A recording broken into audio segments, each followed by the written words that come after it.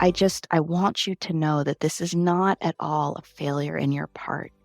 Caregiving itself is this experience, which can be, on one hand, so wonderful and heartfelt and connected, but on the other hand, really stunting of personal and professional growth. Welcome to the Radiant Mom Rising, the podcast that's all about celebrating and empowering the incredible hardworking mothers out there. I'm your host, Mary Dibble. I'm on a mission to equip you with the tools, strategies, and inspiration you need to conquer the challenges of motherhood and life, all while embracing your radiant self. Join us each week for amazing guest interviews, relatable stories, and a whole lot of fun. We're here to create a vibrant, supportive community where we can be our authentic selves, where no one feels alone, and where we uplift and cheer each other on along this incredible journey of motherhood. So, fellow Radiant Moms, get ready to rise, shine, and conquer the world. Let's grow together, laugh together, and make every week a celebration of the powerful, radiant moms we are. This is Radiant Mom Rising, and you're part of a community where your brilliance shines through. Are you ready to rise with us? Let's get started.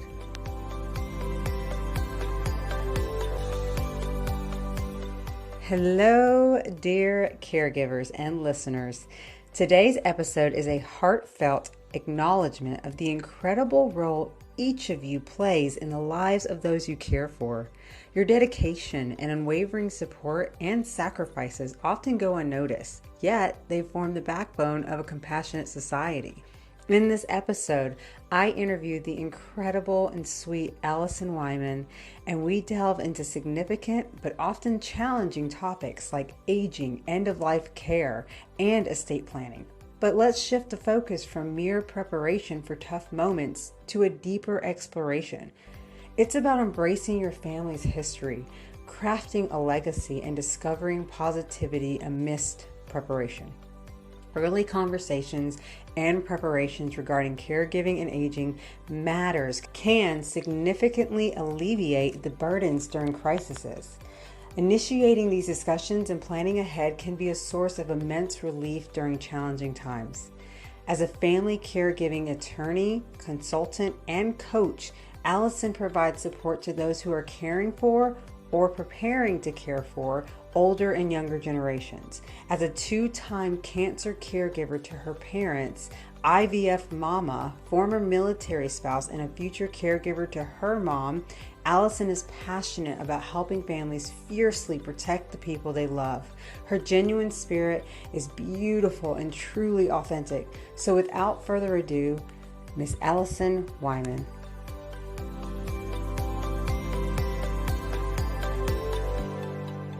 Thanks for tuning in to the Radiant Mom Rising podcast. I'm your host, Mary Dibble. And today I have Miss Allison Wyman with me, and she is the host of Cozy Caregiver Cafe. I'm so excited to have you here. How are you doing today?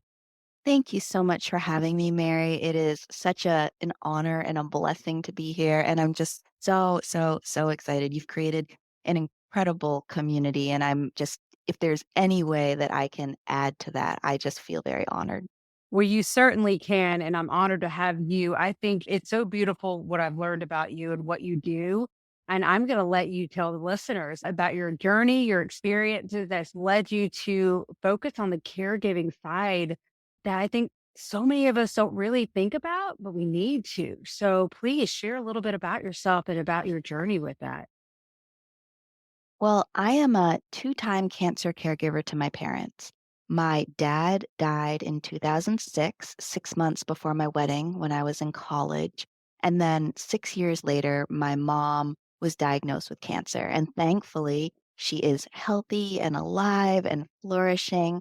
But I really have seen the spectrum. And if there is anybody out there who's experienced uh, devastating family health news or caregiving at a young age, I just want you to know that the impact it can have on your life is profound. And so if you feel like, man, I'm not where I thought I would be in my career right now, or I'm not where I thought I would be with relationships or with my family.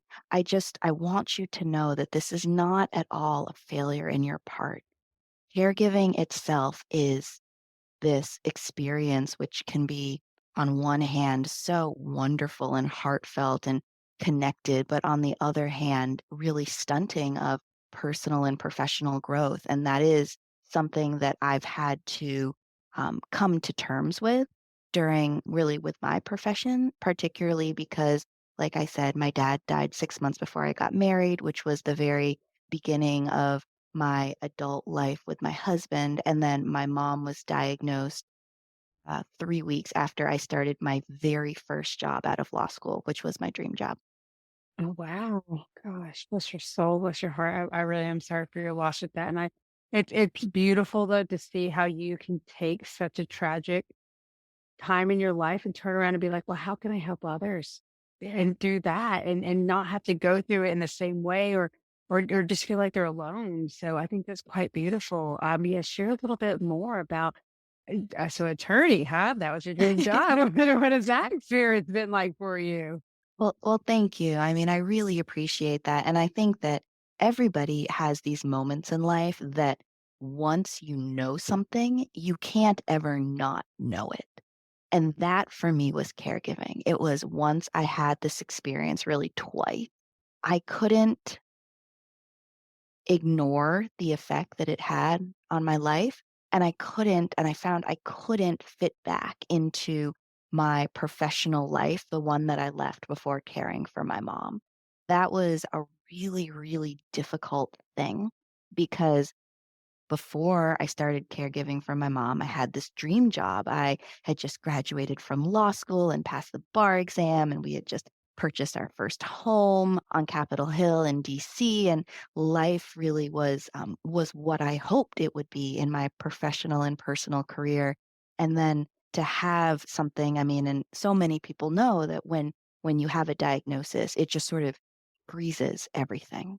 And to have life frozen like that and then to return a year later, and it was only a year, to return a year later to that same exact home, to that same exact job, to the same exact life, and to really recognize at a very early period that it no longer fit, it was a challenge, but I think the thing that I'm really proud about now is that I can own that it was my challenge. It was my life's challenge that God gave to me, and I just decided I wasn't going to waste it. And so what I do now is I'm a family caregiving attorney where I help families with young children think about estate planning for their families, but I also help those adult children, so really mamas and papas, think about how to care for their aging parents. And what I love, love, love about this role is that it allows me to help people think ahead,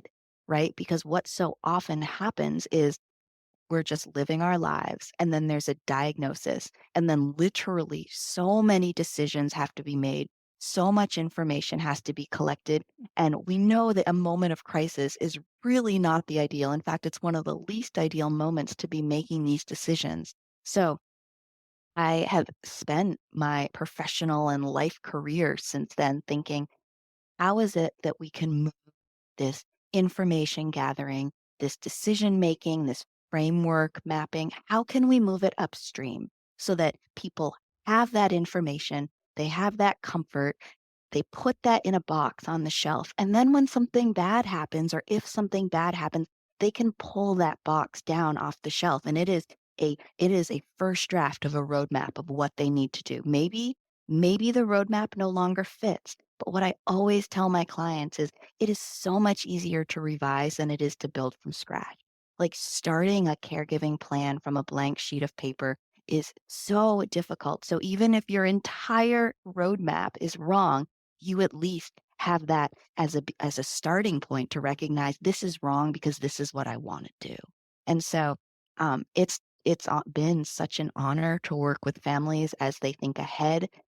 Caregiving and aging is something that it happens to all of us. It happens for all of us. And so, mamas really are the hearts of the family. They are the kin keepers. They keep everybody going. They keep everything connected. And so I just truly feel like when I work with families, I'm allowing mamas to take a deep breath and to literally take something that's been off their shoulders and put it on a shelf in a safe place for when they need it.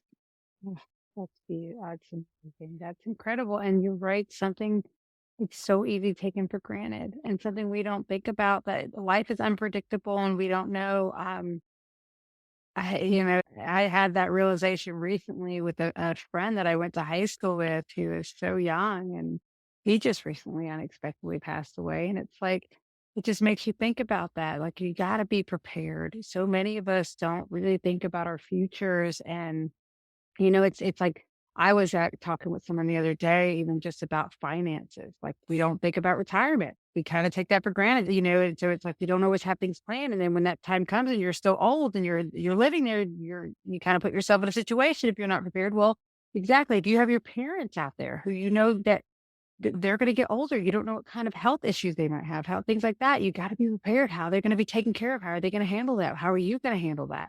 I think that's incredible and super important. So, for someone with your experience, what would be, a initial kind of advice for somebody who hasn't been thinking about them and is listening and is like, oh, I didn't think about this. I didn't know what to do. What would be your first steps for them? That's a great question. I would say that the first step is for that adult, so that adult child, I'll just call that person a mama. For that mama to think about whether or not she or the family have estate plans that have been formally executed by an attorney. And I say this not only because it protects the family, which is important, but I say this because whether or not someone has an estate plan is particularly telling about how comfortable they feel talking about death and how comfortable they are thinking through less than ideal health scenarios with really scary and uncertain outcomes. I want to be clear, this is not meant to shame anyone because oftentimes so many people don't want to go there and think about things because they love their family so much that they just can't imagine not being there for their family. So this is not at all a moment of shame, but I've never met somebody that said, "Oh, I didn't know that I was supposed to have like some sort of estate plan. I didn't know I was supposed to have some sort of will." We all, even if we don't understand the intricacies of it, we all know that it's something that we're sort of supposed to look into.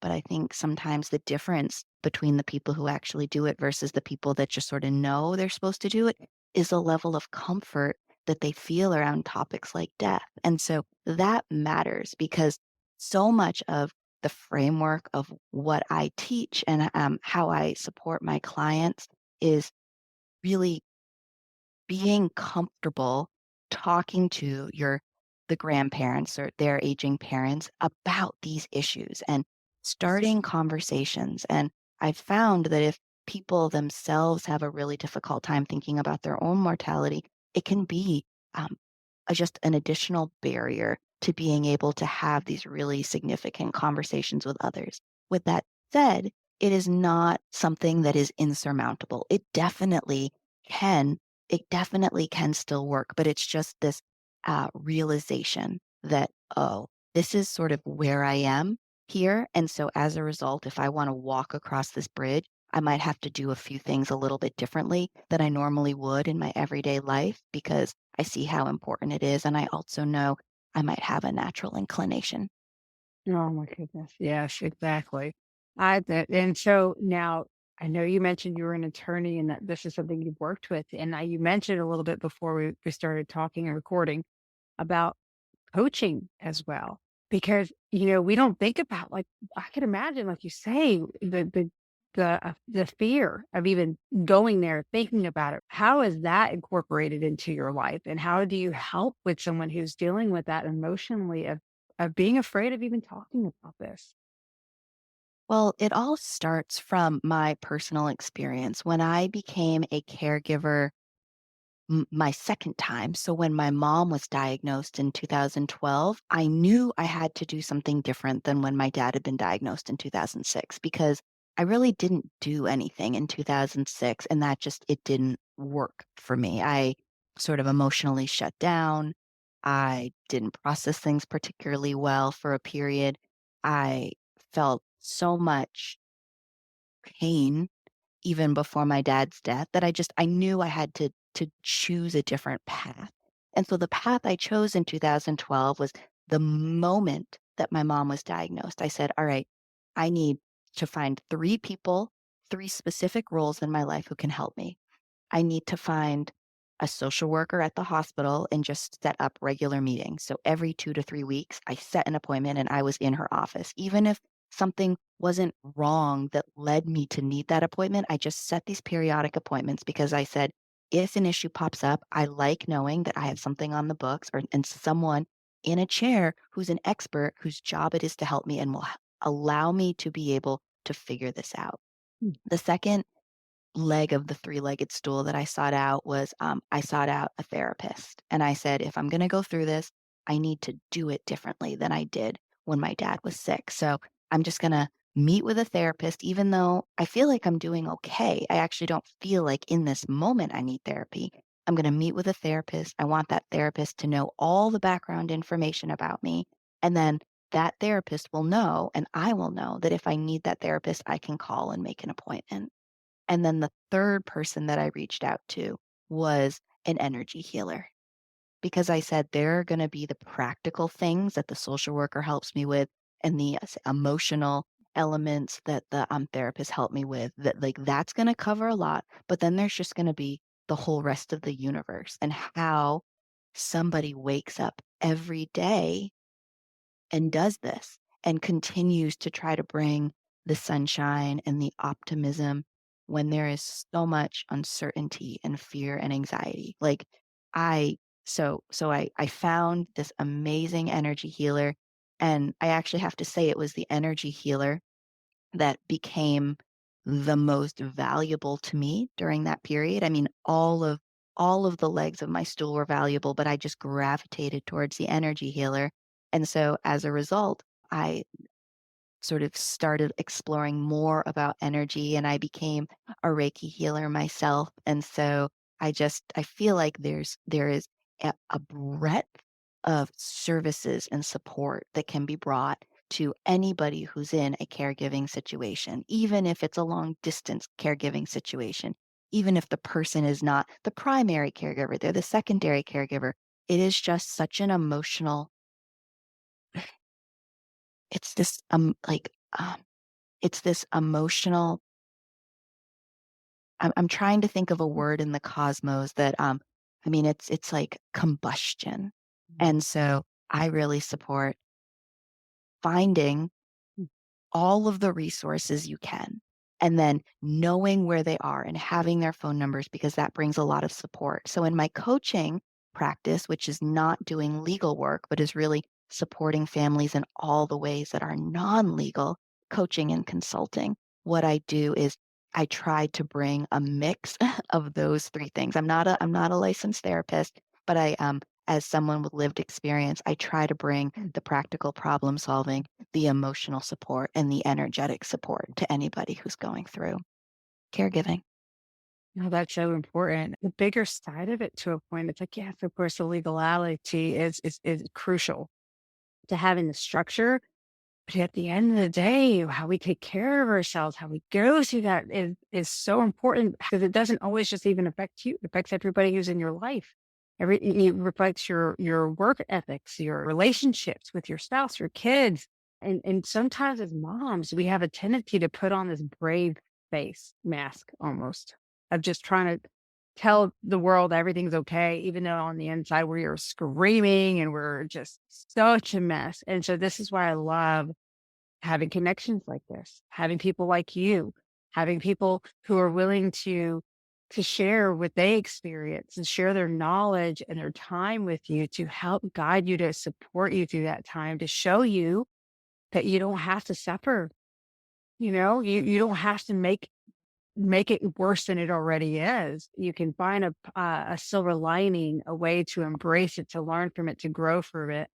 I think that is so awesome what you do, and it's a first. I have not met many people who focus on the caregiving side of this. So I love it. I Well, mean, thank you. I made up the term family caregiving caregiver. attorney. I Oh, just started okay. calling myself that because, Love it. this was the population I wanted to serve, and as you Mhm. can imagine, there are a myriad of legal issues that go there. I really love, Mary, how you use the term mask because that is actually something that I've written about and thought about in terms of my caregiving experience, but I also just wanna make another differentiation, which is oftentimes when I'm working with caregivers or I'm talking with caregivers who are in the thick of it, them, like the caregiver thinks that them being okay is when their loved one, the person they're caring for is okay. So it's like, "Oh, today was a good day because, my mom was able to do this," or "Today was a bad day because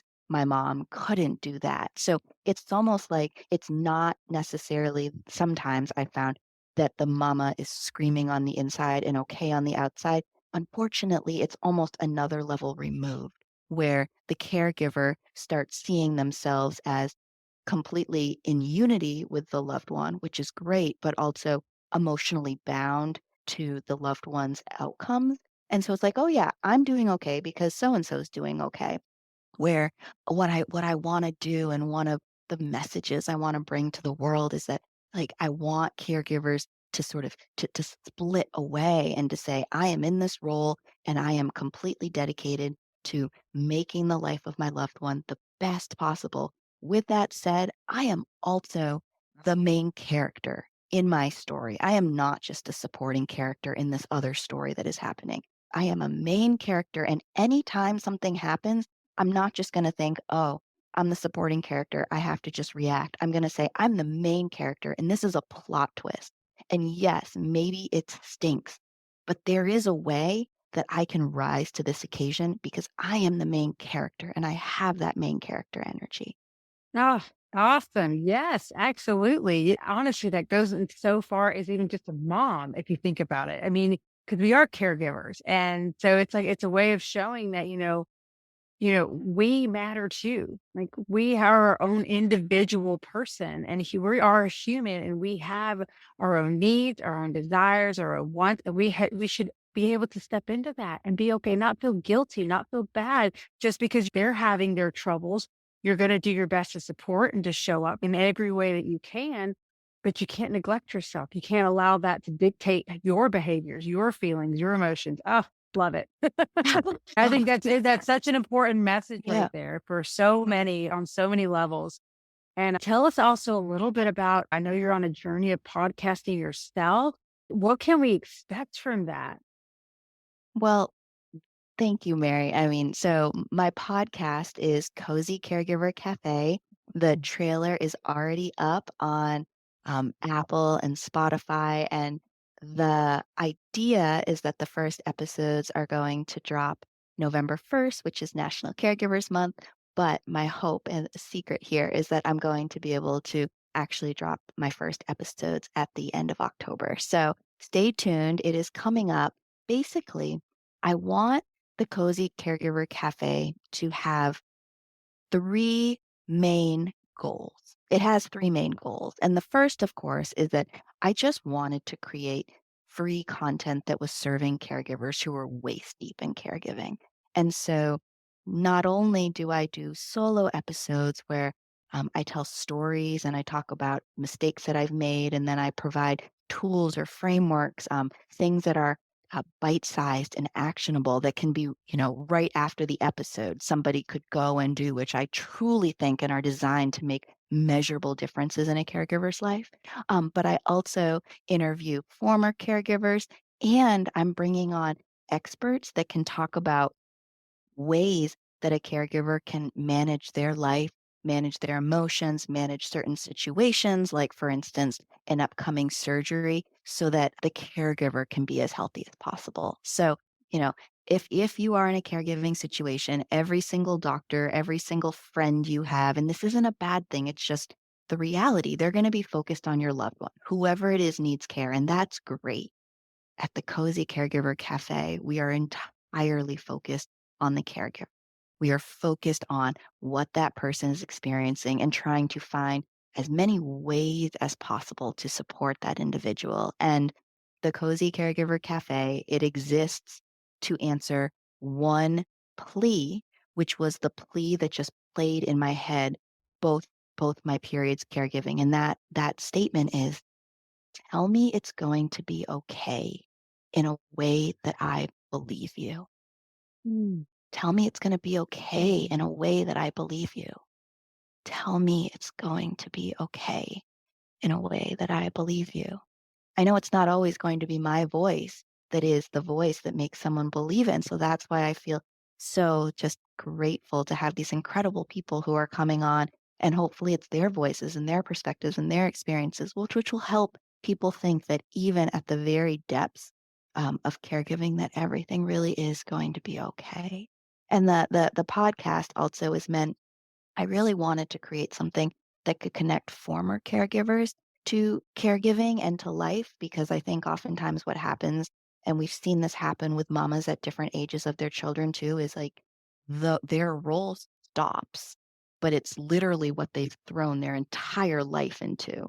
And then the world has continued to move, and it's like, where do I fit? How? Like, literally all the questions. And so I thought that maybe the Cozy Caregiver Cafe could really be that rest stop along the highway of like, I have to figure out what comes next. I have to figure out who I am.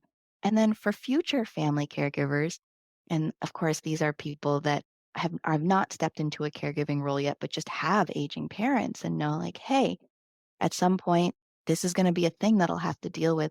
I want them to know, I mean, I feel like by listening, they'll actually maybe pick up information and, it'll help them think through things when there is a crisis or later on. But I also want them to know there's a place they can go when they need it that actually provides all of these resources. So that's my hope for the Cozy Caregiver Cafe. It's been so much fun. I didn't realize that it would be such a joy. I can see you beaming, so clearly you Oh, love, I do. what you're doing I too, and do. it's just, aren't we just the most fortunate people in the world? Honestly, I love it. You're right. This whole podcast journey has been the most, like, it fills my cup. It really does. Like, I look forward to this. I've literally shown up to these thick as a dog, exhausted because my kids are sick, whatever. And then it's like, Mhm, boom, I'm like in this whole other energy. And like you say, that, and like the energy healer probably taught you, there is some power in that, and mhm. really having that wonderful energy with each other. And that's what I want to share with the world. I want to help people. And your vision is beautiful. You're gonna flourish so amazingly. You're gonna help so many women, and I'm So so kind. excited. Yeah, Thank you. seriously, you are. It's such a beautiful journey that we're on, and I can't wait to connect down the road and just see how far we've come and hear more stories about all the amazing people that we're helping and making a difference, because that's what we're doing. We're taking our experiences, we're taking our vulnerabilities, and we're sharing it to help the others to have a better way, to not have to suffer as much as maybe we did. And it's just so incredible. Like, it Oh, well, means the thank world. you. Yeah. And I echo everything you said about helping others learn from our own mistakes. And what I'd also love to offer is that the people that we love, they are only going to die once.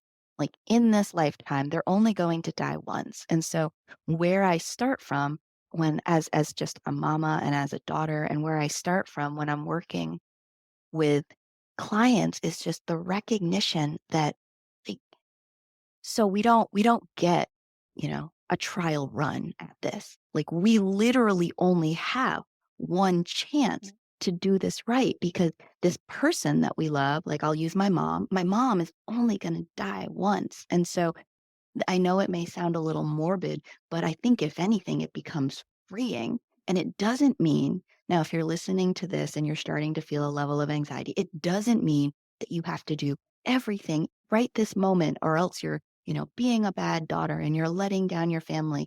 It means that, you know, with this realization, with this recognition comes the freedom and the agency and the responsibility and the power of saying, like, I'm gonna make sure that she has as good of a death as possible.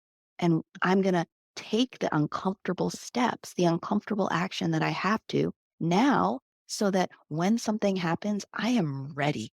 Like, this is not something that is an ongoing, I have to think about this every moment. It is like, I'm going to make sure that I am ready. I put that box on the shelf. And then when it's time, I pull it down and I have my go bag. I have my emotional go bag for how I'm going to be able to do this. Yes, and you're right. There you go. Just take some time to handle it, to deal with it, because it's all about just being prepared. And for so many of us who like to feel like we're in control, and this is even more reason why to go ahead and get your stuff in order. So you have that, like you said, that relief, that breath of like, okay, it's one less thing I have to worry about for now. Mhm. And so I think that's incredible. And like I said, I'm excited. And you've given me stuff to think about. I have an aging mom who's single and, she has diabetes. She's not in she's actually recently now, it actually lights me up because she's really taken her life for granted. She's really just kind of not cared. And here recently, she's had some episodes where her sugar level's gone up to the 300s and it's really been dangerous. And she's finally taking the time to read, because I told her, I think, "Mom, research what kind of foods are healthy for diabetes." At the end of the day, if you don't take the action, there's nothing anyone else can do for you, and it's your life. It's your life. You're the one who has to make that difference for it, and it's so wonderful to see her making those action steps, baby steps. So she's researching yoga for diabetes, exercises for diet. She's looking up different foods now, and it's like it kinda hit her like, "Oh, I don't wanna die. I wanna see my grandkids get older." But it still gives me something to think about, that you don't know. You don't know. And so to have that preparation, for instance, when I worked at the bank, I remember seeing people who would come in when an unexpected family member died and they didn't have the estate in order, so they can have access to their account. And they went through hell just trying to get the money, where there's certain ways that you can set things up now that would make it so simple to where even if somebody passes away, you can get access right away. You don't even have to go through all that. It's just so important to think about when it comes to writing a will, when it comes to just preparing for your kids, because even with life insurance, there's so much to that. So I think it's absolutely incredible what you do to help people and guide them and support them through that journey. And again, thank you so much for sharing what you have. Is there anything else with your experience or anything that you would like to share with the listeners who are just, interested in this topic?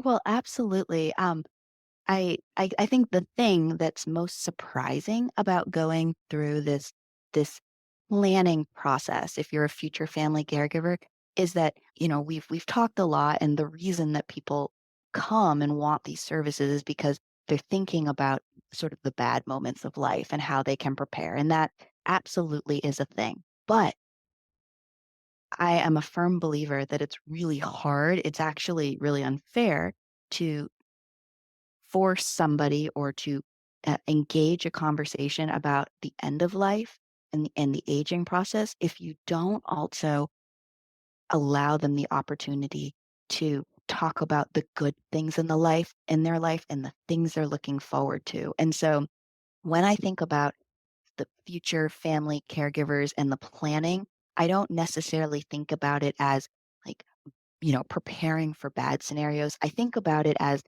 in an umbrella term, legacy, because it's not only how the family is going to deal and cope with these, bad situations that may come up down the line, but it's really how the family is going to understand who this individual is who's aging.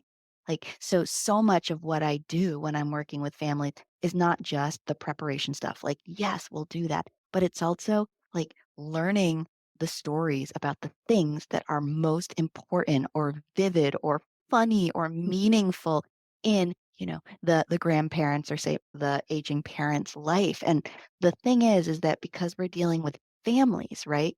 There's there's almost no better way to understand ourselves as mamas than really to understand elements of our parents. Because when we learn stories about them that are outside of just the typical, lens that we've seen them as parents, I think it becomes a true reflection of their actions as a whole, which when we're adults, we can step back and say, like, "Oh, now I understand why when I was 12, that was so important to her. Like I make these connections and it helped me make sense of my own life, which then makes me a healthier, stronger, happier, more vibrant person and mama for my son. So I feel like there are all these positive energy benefits that flow from doing this, as well, of course, as just the practical peace component of preparing for things that might not be so great. And you mentioned you have just a son?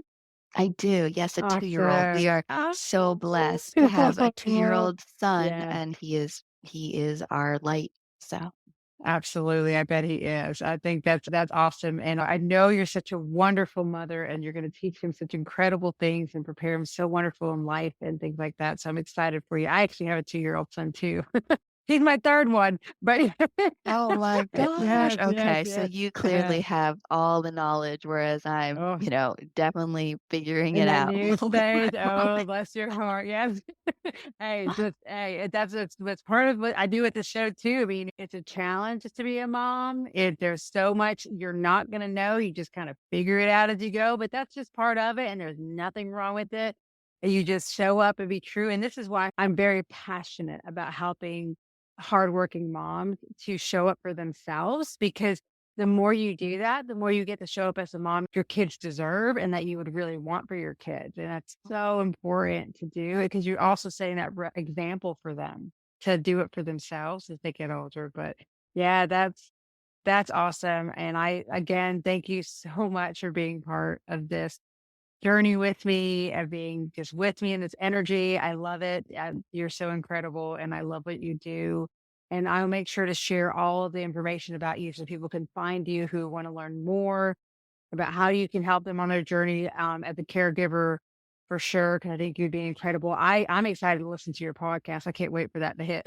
So, yeah. You're so kind, and thank you. It's been really, really wonderful talking to you, and just thank you for all that you're doing for, hardworking mamas everywhere. You are helping families become stronger and better. Yeah. Hey, we both are, and we're going places, and I'm excited for us. So thanks again so much for joining in. It was so amazing having Allison on the show. Here are some takeaways from today's episode. Caregivers like you play an essential role in the lives of those you care for. Your dedication and support are invaluable. Acknowledge and appreciate the impact you make every day. Your commitment is commendable and worthy of recognition. Addressing difficult topics like aging, end-of-life care, and estate planning isn't just about preparing for tough moments. It's about creating a legacy, understanding family history, and finding positivity within preparation. Remember, taking care of yourself is not selfish, it's necessary. It allows you to provide the best care possible. Being the main character in your own story and not supporting one in someone else's is crucial for your well-being. Having early conversations and preparations for future caregiving or aging issues can significantly ease the burden when faced with crises. Starting discussions and planning early can provide immense relief during difficult times. Don't hesitate to seek assistance or support when needed. It's okay to reach out. You don't have to do everything alone. Having a strong support network, including professionals like therapists, energy healers, or attorneys specializing in caregiving, can significantly help you navigate emotionally challenging situations. Utilizing platforms like podcasts that provide free, accessible resources and emotional support for caregivers is an innovative and powerful way to reach and assist those in need. While legal preparations are vital, delving into family stories, understanding personal histories, and preparing emotionally for caregiving or aging issues help in creating a more comprehensive and positive approach to planning. Since this recording, Allison has created such an incredible digital course that also includes live Q&As, worksheets, scripts, and so much community love and support that will bring you everything you need to be prepared legally and emotionally as a caregiver. How to Win in Caregiving is a truly all-in-one package deal to help you with this inevitable process. I will include her links below for you to learn more and to follow her. Lastly, be sure to subscribe and leave us a review. It is always great hearing from you all. The feedback is much needed. If you know anyone who would benefit from this conversation, please be sure and share it with them.